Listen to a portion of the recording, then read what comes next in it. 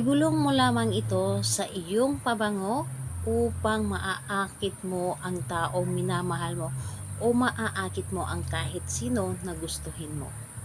Hello mga guys, kumusta kayo? Panibagong araw, panibagong video na naman tayo. And sa araw na ito ay isa na naman video ang aking tuturo sa inyo ng simpleng gabay o simpleng pamamaraan na makakatulong sa atin. At bago ang lahat, gusto ko lang mag-disclaimer sa mga taong hindi naniniwala at hindi gusto ang mga kagaya nitong video. Please skip this video and maghanap kayo ng videos na gustong gusto nyo dahil ang video na ito ay para lamang ito sa mga taong naniniwala and gusto mag-try. Sa lahat po ng mga nagko-comment dito sa aking video dito sa loob ng aking channel, mag-iingat sa lahat ng mga nagre-reply sa inyo, nagdinadala kayo sa kailang WhatsApp in imo app upang makaiwas po tayo sa scam. Ngayon po ituturo ko sa inyo paano siya maaakit sa inyo. Paano niya or paano mo siya aakitin gamit lamang ang inyong pabango. Yung tipong naaamoy ka pa lamang ay sobrang yung parang kinakabahan siya or hindi niya alam yung gagawin niya kapag naaamoy ka niya. Naaamoy niya yung pabango mo. So, dito po is pwede mo itong gawin sa kahit kanino. So, higit sa lahat sa inyong partner. Mas maganda na sa inyong partner ninyo itong gagawin. So, ang kailangan lamang natin dito is kailangan natin dito ng inyong pabango. Pabango na paborito po ninyo and lagi ninyong ginagamit yung sa inyo po talaga na personal na gamit ay hindi po ito hinihiraman lamang or pwede ito na binigay ito sa inyo and ikaw na yung nagmamay-ari ngayon at hindi mo ito ipapagamit syempre sa ibang tao dahil para lamang ito sa inyo at niriritwalan mo ito. So, ayun po, ito lamang ang dapat nating ihanda is pabango nyo lamang kahit anong klaseng pabango basta ito ay pabango. So, kapag ready na yung pabango mo, kailangan mo lamang din i-claim sa inyong sarili. Kailangan na clear po ay inyong isipan, wala kayong iniisip na mga problema, walang gumugulo sa inyong isipan, and sobrang buo ang inyong loob, tiwala, paniniwala sa dapat ninyong gawin. So, ngayon kapag ready na yung sarili ninyo, pwede mo na itong umpisahan. So, ang gagawin mo lamang dito, yung pabango po ninyo is buksan nyo po ito. Buksan nyo po ang inyong pabango at dasalan ninyo ito. Paano?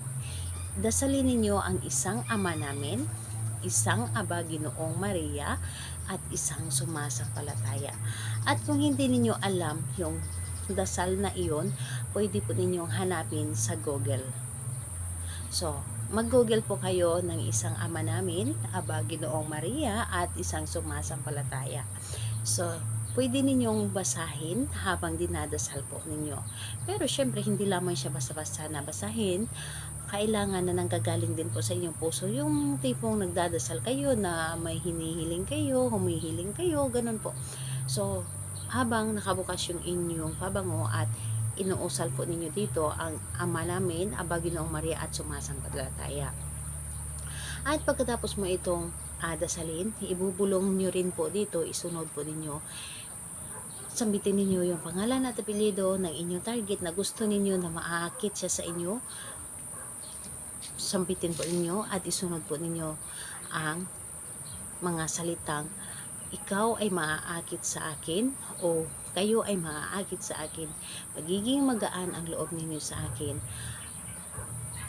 Maaamoy nyo lamang ako, kakabahan kayo at hindi ninyo alam ang gagawin ninyo. Kumbaga lahat na sasabihin ninyo kung ano man ang gusto mong mangyari. Pero kailangan good intention po ito. So, ayun po. Yun ang inyong sasabihin. Kung ano man ang gusto ninyong sabihin o idagdag, basta ito ay good intention, sabihin ninyo dito lahat-lahat. At saka ninyo ihipan ng 3 ihip.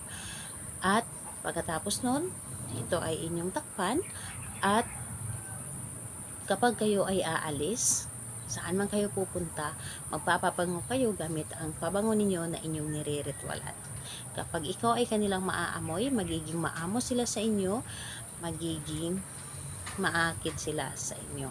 So, ayun po, dapat po ay gawin natin ito sa araw ng Tuesday or di kaya Friday, ng kahit anong oras naman. Pero, kailangan na buo po ang inyong loob at tiwala sa inyong ginagawa. So, ayun po, salamat po sa inyo. Bye-bye everyone. God bless us all.